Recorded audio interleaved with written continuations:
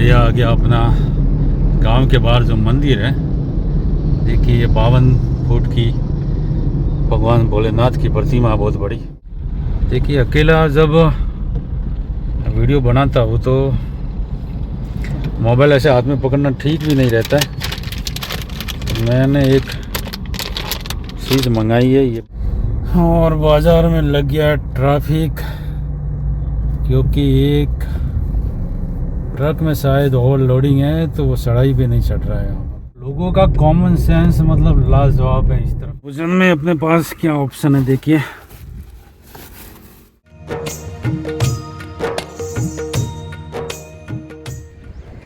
नर्मदे हर, स्वागत है आप सभी का सिंपल मार्ग के एक और वीडियो में।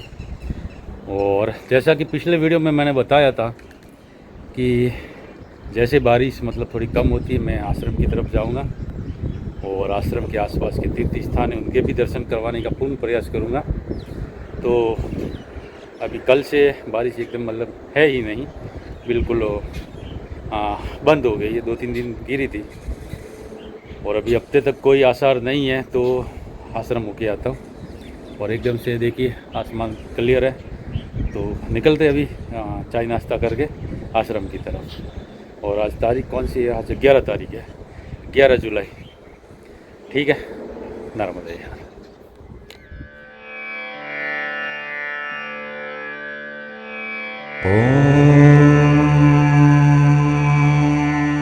और सुबह के नाश्ते में देखिए मूंग दाल के चीले और चाय। ये मूंग दाल से बनाते हैं जो प्रोटीन से भरपूर होते हैं, और जब से डाइटिंग शुरू की है तब से यही खाता हूँ मैं। यहाँ पर बैठ के आराम से खुली हवा में देखिए मस्ती से खाते हैं।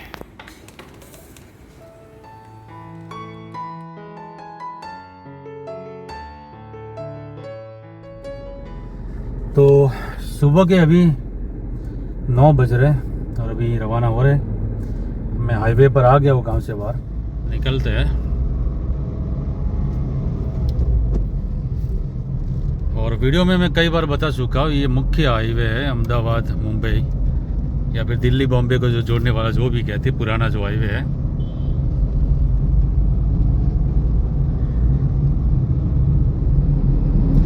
और ये आ गया अपना गांव के बाहर जो मंदिर है।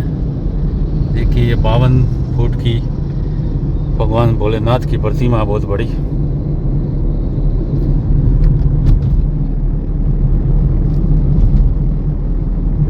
और वैसे गांव से बाहर निकलते ही एक दूसरा पहला पेट्रोल पंप आता है, मगर यहाँ पर मैं पेट्रोल भरवाता नहीं।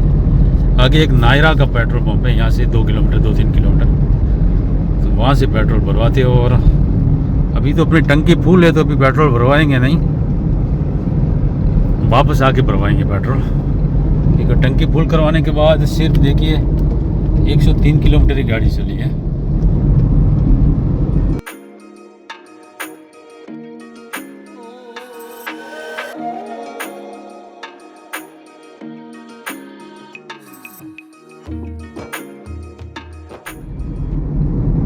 और ये आ गया अपना नायरा का पंप, जिसके बारे में मैंने बताया। मैं जहाँ पर अधिकतर मतलब यहीं पे पेट्रोल भरवाता हूँ। और ये गांव है अडास, मोगर से तकरीबन 3-3.5 किलोमीटर की दूरी पर। अब यहाँ पर पेट्रोल तो नहीं भरवाना, मगर थोड़ी गाड़ी खड़ी करके थोड़ा सा सेटअप कर देते, फिर रवाना होते। अब सेटअप क्या करना है वो भी मैं आपको बता देता हूँ। देखिए अकेला जब वीडियो बनाता हूँ तो मोबाइल ऐसे हाथ में पकड़ना ठीक भी नहीं रहता है। मैंने एक चीज़ मंगाई है, ये बेल्ट है।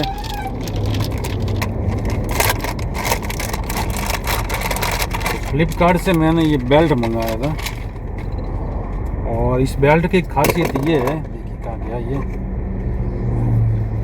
ये दूसरा मैं सैंपल आपको दिखाता हूँ। ऐसे मोबाइल लगा देते हैं इसमें, ऐसे, और फिर ये क्लिप है इसमें ऐसे लगा देते हैं। देखिए ये टाइट कर दिया अब इस बेल्ट को हम ऐसे पहन सकते हैं। तो थोड़ा अजीब दिखता है, मगर कैमरा लाने का है। कैमरा हो तो वज़न नहीं आता, मोबाइल में थोड़ा वज़न ज़्यादा रहता है, तो इसे ये वीडियो शूटिंग करता रहेगा। बराबर, देखते हैं कैसा करता है।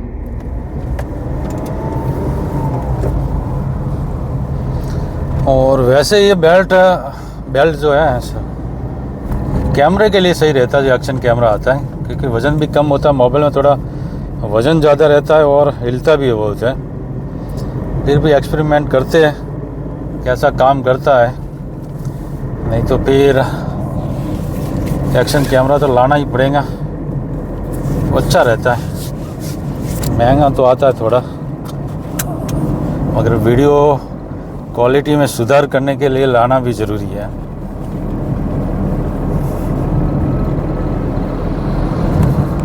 और दुख की बात यह है, देखिए बारिश इस साल पूरे भारतवर्ष में कम आई है। और हमारे यहाँ भी मतलब ये जो एरिया है अपना, ये गुजरात का, जिसे मध्य गुजरात हम रहते हैं, जिसमें आणंद, खेड़ा, नडियाद और अपने क्या बोलते हैं बड़ोदरा के हद तक समझो ये मध्य गुजरात कहा जाता है।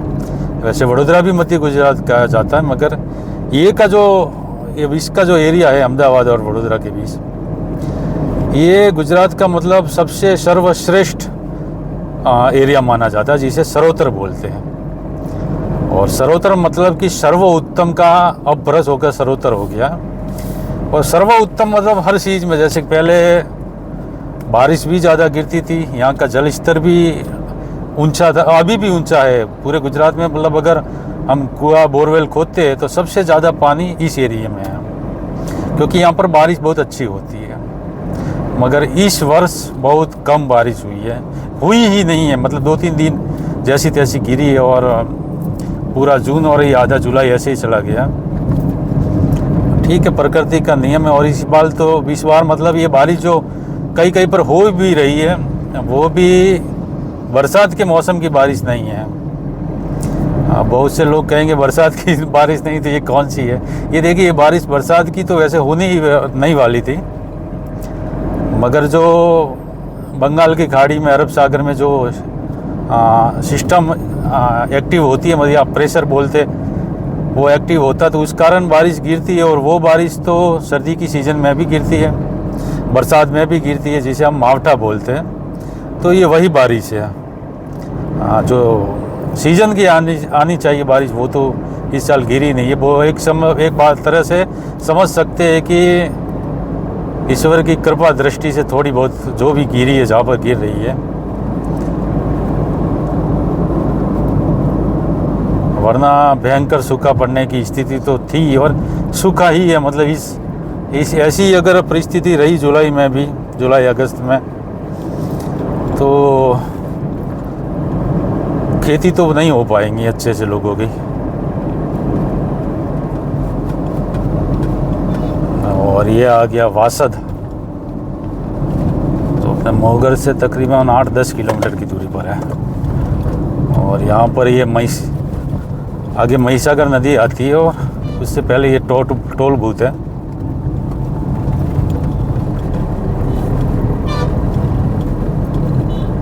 मगर अच्छी बात यह है कि अपने को यहाँ पर टोल बूथ देना नहीं पड़ता, टोल नहीं लगता अपना।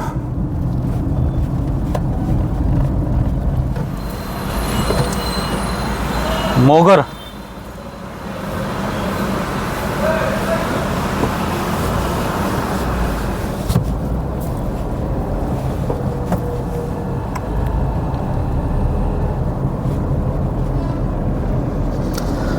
और बेल्ट से मोबाइल निकाल दिया मैंने, क्योंकि बेल्ट पे अपना ही गाड़ी में सही काम नहीं करता है। जो बड़ी गाड़ी होती है एसयूवी, मैंने कुछ वीडियो देखे थे, उनमें लोग वीडियो बनाते तो बेल्ट की सहायता से अच्छे वीडियो बनते, मगर अपना तो क्या स्टीयरिंग ही दिखाई देता, रोड तो दिखाई नहीं देता है। तो बेल्ट निकाल दिया और टोल टैक्स पार करते ही ये मही नदी आ जाती है, महिसागर मैया। और महिसागर नदी भी गुजराती की 3 पवित्र, वैसे बहुत सारी पवित्र नदियाँ ही होती हैं, मगर जो 3 मुख्य पवित्र नदियाँ हैं, नर्मदा, महिसागर और ताप्ती। तो 3 मुख्य नदियों में महिसागर मैया का नाम आता है दूसरे नंबर पर।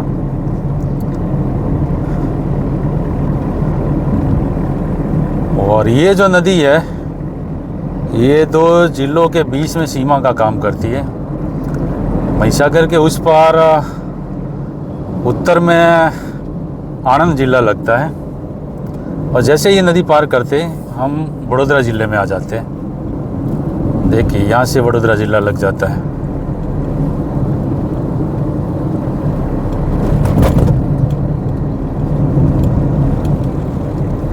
यहाँ से लेफ़्ट की तरफ जाते हैं तो सीधे एक्सप्रेस पे चढ़ जाते हैं। वो सामने जो और ब्रिज है ऊपर, वो एक्सप्रेस वे का है।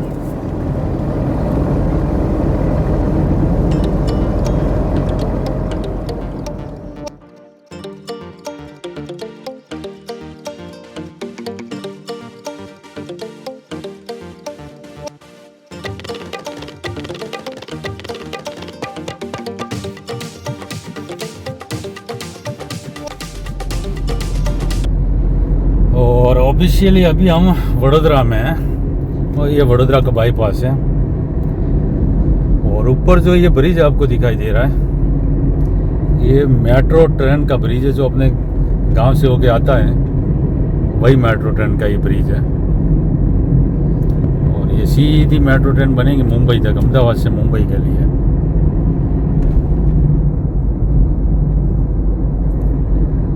और ये आगे ये जो ब्रिज बना है, इसके नीचे है विश्वामित्री नदी, जो पंचमहाल पावागढ़ से मतलब जिसका उद्गम होता है, और वडोदरा शहर में आके जो पूरी होती है। और इसी कारण हर वर्ष मतलब जो थोड़ी सी भी अगर बारिश गिरती है तो वडोदरा में एकदम से मतलब बाढ़ जैसे हालात हो जाते हैं, क्योंकि विश्वामित्री नदी वहीं पर पूरी होती है। और विश्वामित्री नदी में पानी तो वैसे बहुत कम रहता है, बरसात में ही आती है। और मेरे ख्याल से पूरे भारत में एक विश्वामित्री नदी ऐसी है जिसमें जो मगरमच्छ होते हैं वो बहुत अत्यधिक मात्रा में। वडोदरा में भी मतलब जो पानी भरा रहता है विश्वामित्री नदी मेन मुख्य सिटी में, तो वहाँ पर दुनिया भर के मगर है। मतलब अगर कोई कभी कभी तो ऐसी दुर्घटना बनती है कि जो मजदूर लोग रहते हैं आसपास, वो अगर सुबह नित्य कर्म के लिए भी जाते हैं तो उन्हें भी कई बार पकड़ लेते हैं मगरमच्छ किनारों से। बहुत मतलब अत्यधिक मात्रा में मगरमच्छ है। अगर भूल से कोई गिर गया अंदर तो बाहर निकलना मतलब जीवित बाहर निकलना नामुमकिन है। हाँ, ईश्वर की कृपा अगर है तो बच सकता, बाकी तो दुनिया भर के मतलब मगरमच्छ है।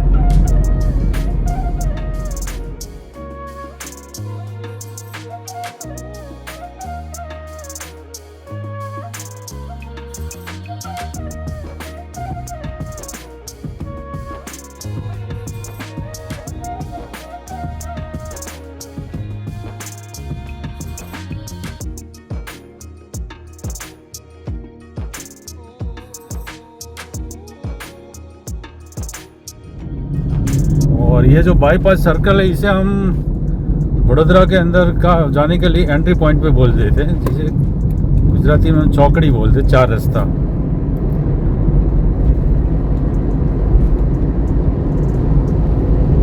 तो पहली जो एंट्री पॉइंट होती है उसे चाणी जगत नाका बोलते हैं। दूसरा आ गया अपने क्या बोलते हैं उसको कुछ बोलते हैं अरनी नाका आ गया। और फिर आता है अपने ये आजवा चौकड़ी, उसके आगे ये आ गई अपनी गोल्डन चौकड़ी। और गोल्डन चौकड़ी जो है, यहाँ से एक रास्ता सीधा अपने हालोल की तरफ जाता है, पावागढ़ की तरफ, पंचमहाल, छोटा उदयपुर इस तरफ जाता है रास्ता। और ये राइट वाला रास्ता है, ये अपने सीधा वडोदरा सिटी में जाता है।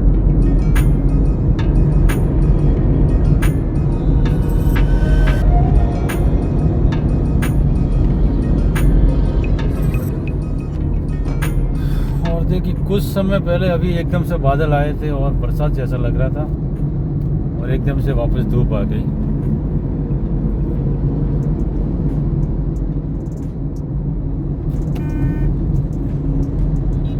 और ये आ गई L&T कंपनी जो कंस्ट्रक्शन वगैरह का काम करती है।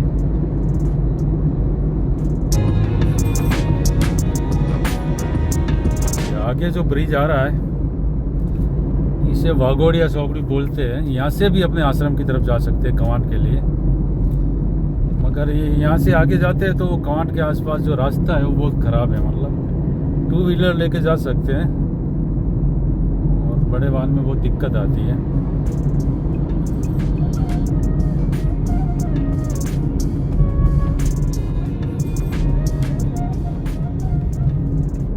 अब यहाँ से सिर्फ 2 या 3 किलोमीटर आगे जाएंगे तो डबोई चौकड़ी आती है, जिसे कपूरा ही बोलते। कपूरा गांव है इसलिए इसे कपूरा ही चौकड़ी बोलते हैं। वहाँ से अपने लेफ्ट करेंगे तो अपने जाएंगे डबोई की तरफ। फिर डबोई से अपने क्या बोलते हैं, गाँव के नाम मैं भूल जाता हूँ, तो वहाँ से आप नसवाड़ी होते हुए कवांट होकर अपने आश्रम की तरफ।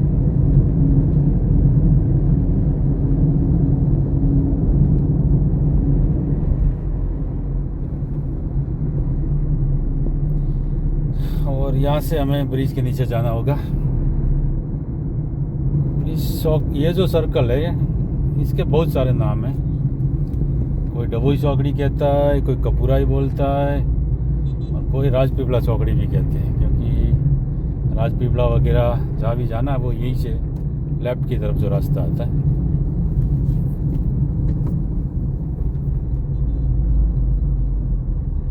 चलो अपने यहाँ से लेफ्ट की तरफ लगा देते हैं और ये सीधा अपने भरूच सूरत उधर जाता रास्ता।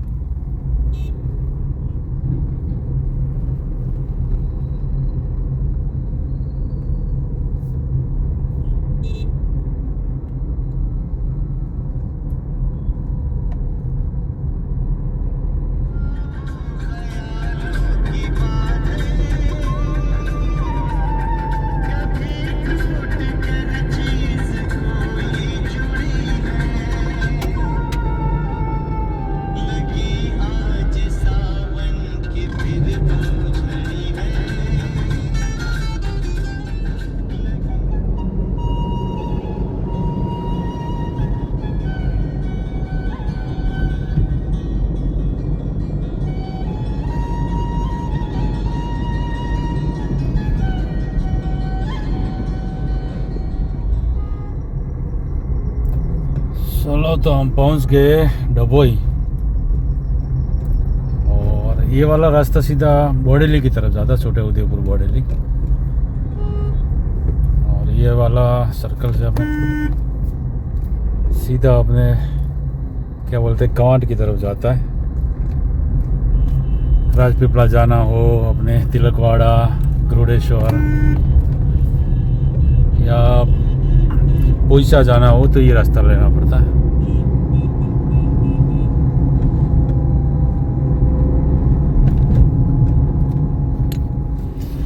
और ये आ गया डबोई का मुख्य चौराहा।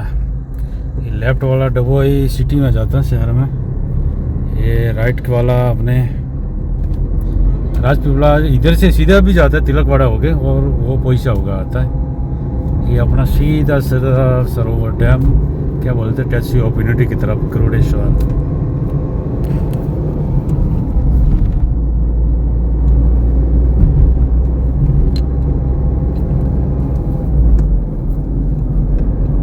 यहाँ से थोड़ा ट्रैफिक भी कम हो जाएगा, रास्ता बिल्कुल एकदम खुला खुला मिलेगा। और डबोई पार करने के बाद एकदम से रास्ता खुला खुला आ जाता है, बिल्कुल ट्रैफिक नहीं है, मतलब बहुत कम नहीं जैसा ट्रैफिक है।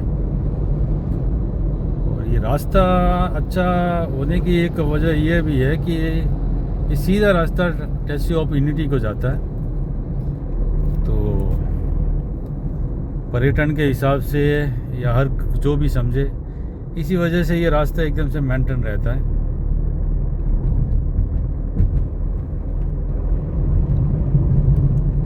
और अभी जिस ब्रिज पर हम चल रहे हैं, ये ब्रिज बना हुआ है औरसंग नदी पर,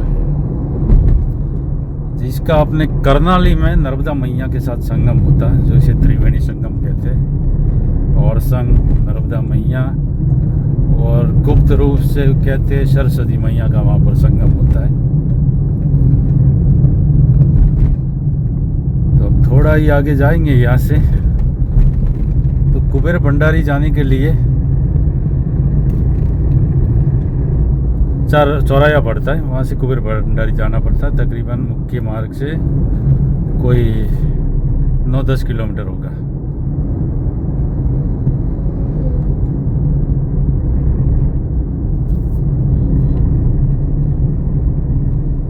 और ये आ गया अपने कुबेर भंडारी जाने के वाला रास्ता। यहाँ से सरदार सरोवर 45 किलोमीटर बता रहा है। पुलिस का चेक पोस्ट बना हुआ है। देखिए यहाँ से ये सीधा राइट की तरफ जाते है, सीधा वाला रास्ता कुबेर भंडारी की तरफ जाता है। 42 किलोमीटर यहाँ से स्टैच्यू ऑफ यूनिटी, और तिलकवाड़ा यहाँ से 12 किलोमीटर है।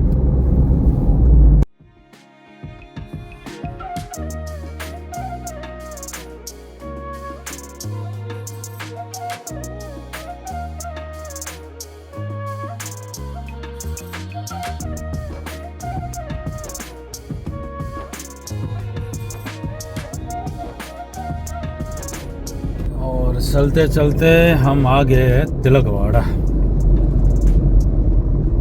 और ये तिलकवाड़ा श्री वासुदेवानंद सरस्वती टम्बे स्वामी महाराज की तपोभूमि है। और यही इसी तिलकवाड़ा से अपने नर्मदा मैया की उत्तर वाहिनी परिक्रमा की जाती है। सीधा जो गेट दिखाई दे रहा है, ये तिलकवाड़ा गांव है। ये सीधा रास्ता अपने स्टैच्यू ऑफ यूनिटी या गरुड़ेश्वर जाने के लिए।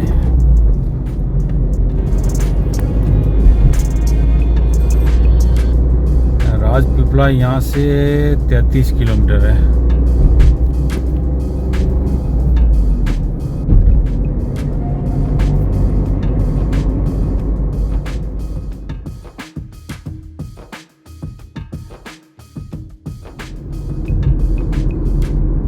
पहुंच गए हम देवलिया सौकड़ी। देवलिया गांव है, इसलिए इसको देवलिया सौकड़ी बोलते हैं। और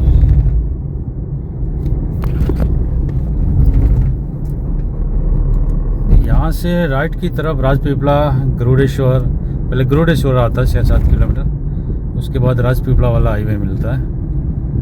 और लेफ्ट की तरफ ये बोडोली जाता है, बोडेली, नसवाड़ी, कवाट।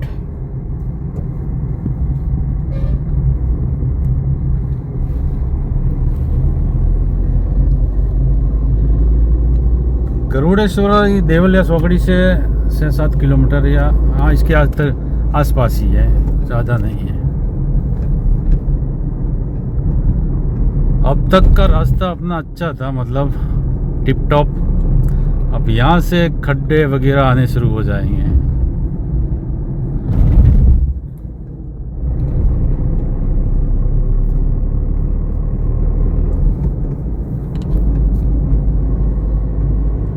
पहले बहुत ख़राब रास्ता था, शायद बनाया अभी, बाकी बहुत ही भयंकर खड्डे थे इस रास्ते पर।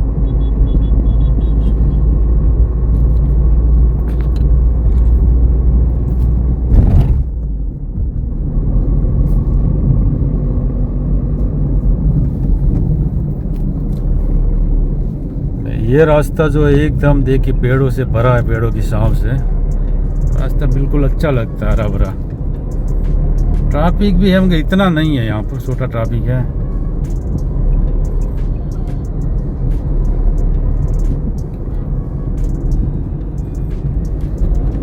और यहाँ पर भी ये हाईवे का काम प्रगति पर ही है, 2-3 साल में तो बन ही जाएगा, क्योंकि पिछले 1-2 साल से बन ही रहा है। तकरीबन 2 साल का अंदाज़ा अपने मान सकते हैं।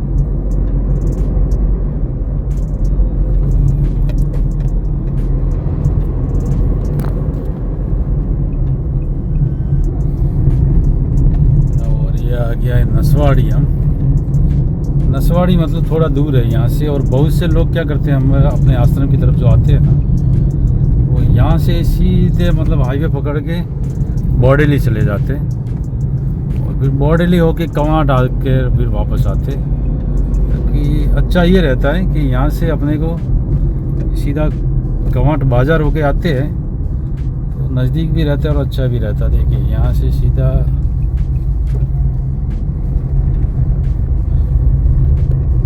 वो सीधा बॉडेली रास्ता जाता है हाईवे, और ये नसवाड़ी होकर कवांट आता है। ये रास्ता सही रहता है।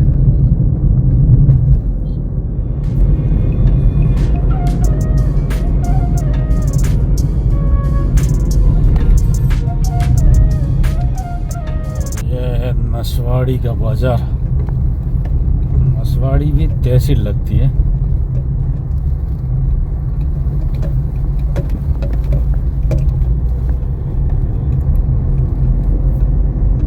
स्कूल से घर जा रहे हैं।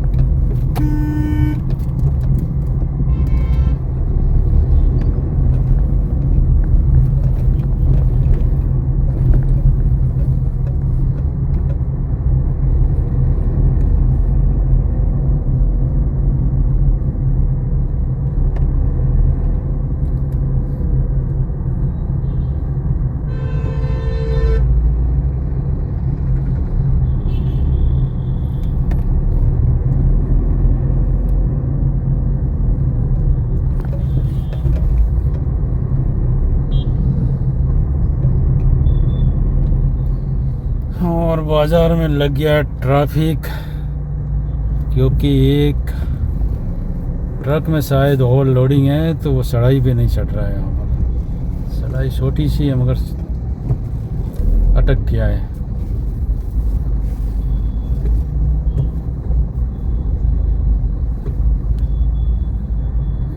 तो आखिर जाकर ट्रैफिक से निकले, कम से कम आधा घंटा से ऊपर वहाँ पर समय ख़राब करना पड़ा। और लोगों का कॉमन सेंस मतलब लाजवाब है इस तरफ। एक तो वो गाड़ी वाला मतलब चढ़ नहीं रही थी, क्योंकि ऑल लोड था उस गाड़ी में भरा हुआ। और जैसे वो ताकत करके थोड़ा आगे बढ़े तो गाड़ी आगे लगा देते थे, और उल्टा उसी को डांट रहे थे। हाँ, गलती है उसकी गलती ये है कि उसने ज़्यादा वज़न भरा गाड़ी में। मगर होता क्या है कि जो ट्रक ड्राइवर होते हैं ना, ट्रक ड्राइवर 90% नौकरी ही करते हैं, उनके खुद के ट्रक नहीं होते। और मालिक जितना भरवाता उतना भरना ही पड़ता है, वहाँ पे ऑप्शन नहीं होता। नौकरी करनी है तो जितना भरवाएंगे उतना भरना है। तो उनकी भी मजबूरी होती, क्या करे, किसी को मज़ा थोड़ी आता है इतने ट्रैफिक में परेशान होने का। मैं तो समझता हूँ ट्रक ड्राइवरों की मजबूरी, क्योंकि मैंने बहुत पहले ये काम किया है। तो फिर जब मेरा नंबर आया तो मैंने वहाँ पर गाड़ी खड़ी की, तब वो आसानी से उसने जगह मिली तो आगे ले ली और निकल गया। बाकी पब्लिक का ऐसा काम है, उल्टा परेशान करते हैं। 2 मिनट नहीं, 2 मिनट रुके तो वो आगे निकल जाता है कोई भी गाड़ी वाला।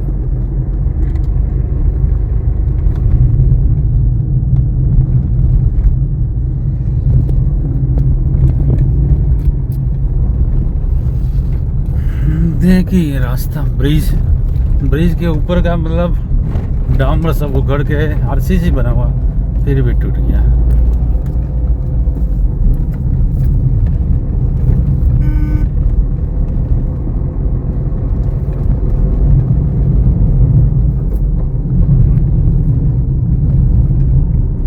यहाँ यहाँ पे अगर रास्ता अच्छा भी मिले तो स्पीड में नहीं चला सकते, क्योंकि कब खड्डा है कोई पता नहीं चलता है, बस आप बचा के चलना पड़ता। देखिए,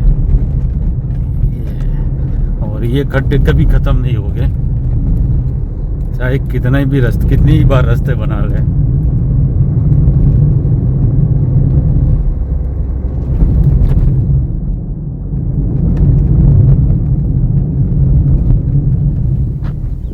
सुबह के अभी 12 बज रहे हैं, हवा बहुत तेज़ चल रही है, और कवाट यहाँ से अभी भी 17-20 किलोमीटर है।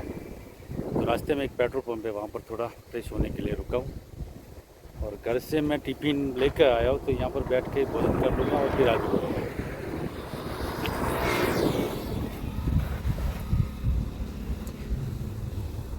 और भोजन में अपने पास क्या ऑप्शन है, देखिए।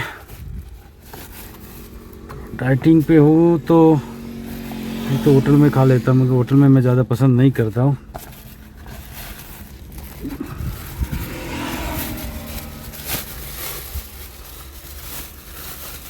देखिए, पराठे है और इसमें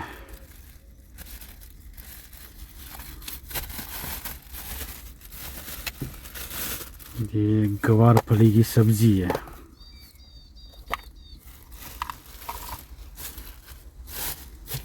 ये नमक मिर्च है जो दही में मिलाने के लिए, दही हम रात को काम में लेंगे।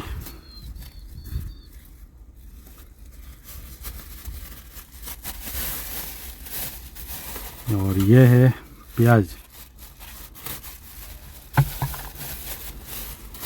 दही को पैक करके रख देते एक तरफ।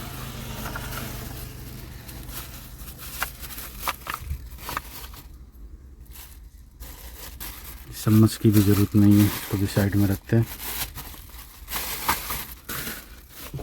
और इस प्याज को काटने के लिए देखिए, गाड़ी में चाकू वगैरह सब रखना पड़ता है।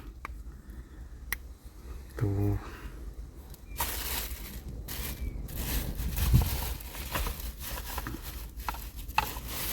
इस पन्नी में काट देंगे, कचरा यहीं फैला देंगे। कचरा ये फैलाना नहीं है, इसमें रख देंगे।